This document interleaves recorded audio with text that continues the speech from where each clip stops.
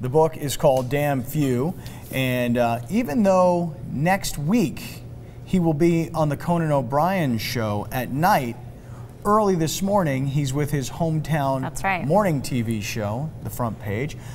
Navy SEAL Rorke Denver, the star of the movie Act of Valor, and his own book now called Damn Few.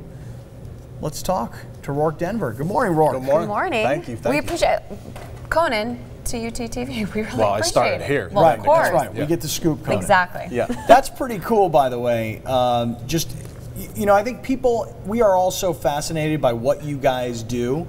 And so when someone like yourself, who was the star of the movie Act of Valor and now has the book, I think everybody, late night TV, morning news, everybody wants to talk to you. It's going to be fun. We'll see. We'll see. Yeah. What inspires you to write a book? And I ask it because so many people think what you guys do is so clandestine that you guys don't generally talk about these sorts of things. And I'm not sure you're giving away any secrets necessarily, any confidential information. But what inspires you to write the book? A book started my career. So I was reading Winston Churchill when I was in college, and I just knew I wanted to serve based on that book. So I knew I always wanted to write. I'm a lifelong reader, and I enjoy writing, so I knew it was something I wanted to do. And then I got to this kind of phase of my career and this time in my life where it felt like I had something to write about. And so most of the narratives you've seen on the recent SEAL books and the movies have really focused on individual operations or operators or an individual team. And I wanted to just increase the narrative to the stuff that I think is special, the way we find SEALs, the way SEALs find us, the way we train them, prepare them for war, send them to war, bring them back, the family connection. So I thought there's a lot more to talk about that, exactly said, not giving away secrets, but talking about what's special to us. I want to ask you about one of the passages. Again, we all think of the SEALs as being the guys who raided bin Laden's compound, and obviously those guys were hailed as great heroes, right? But I want to ask you about some of the other stuff. One of the things you talk about in here is fighting pirates, you know, and people hear that and they're like, what do we mean exactly? But the story of these Somali pirates, right? Can you just, I could set up the story, but I want to hear it from you. No, you know, I think one of the events that took place in our history that really started some of this recent media intention, this intense fascination into our brotherhood recently was the rescue of Captain Phillips on the Maersk, Alabama Somali pirate event. So we had a team that was able to deploy rapidly, get out to that situation and kind of deal with it with some amazing sniper shots and you know, get him back from the folks that were holding him with incredible efficiency and effectiveness. And I think that kind of thrust us up into a more national light than we've ever enjoyed, and then led to things like the raid. But you know what's interesting is you make it sound like it's like no big deal, and I know in your world maybe it wasn't. So but wait a second. It's like the story in the book.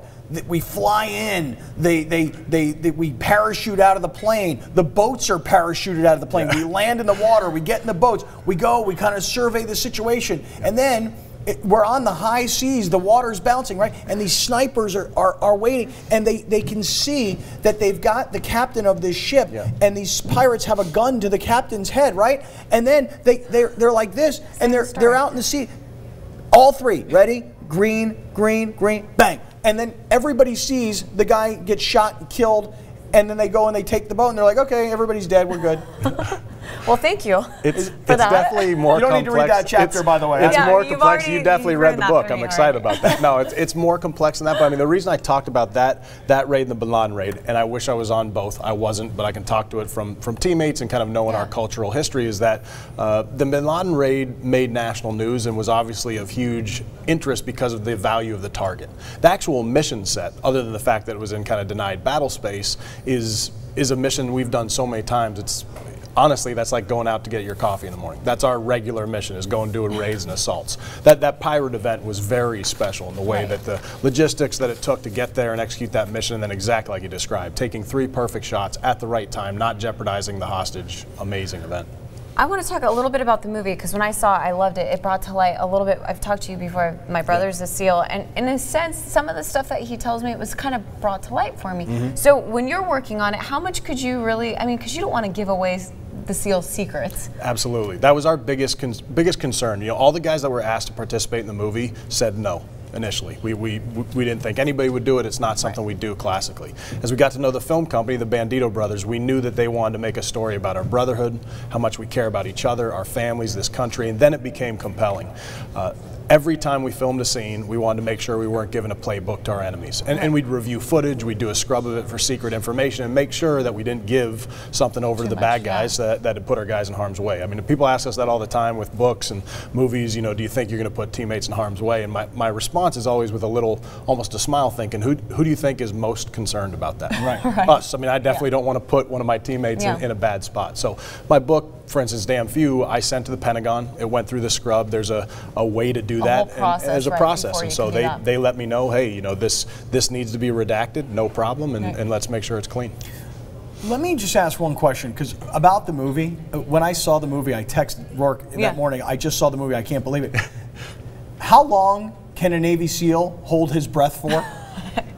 I mean, virtually indefinitely, but no, I mean,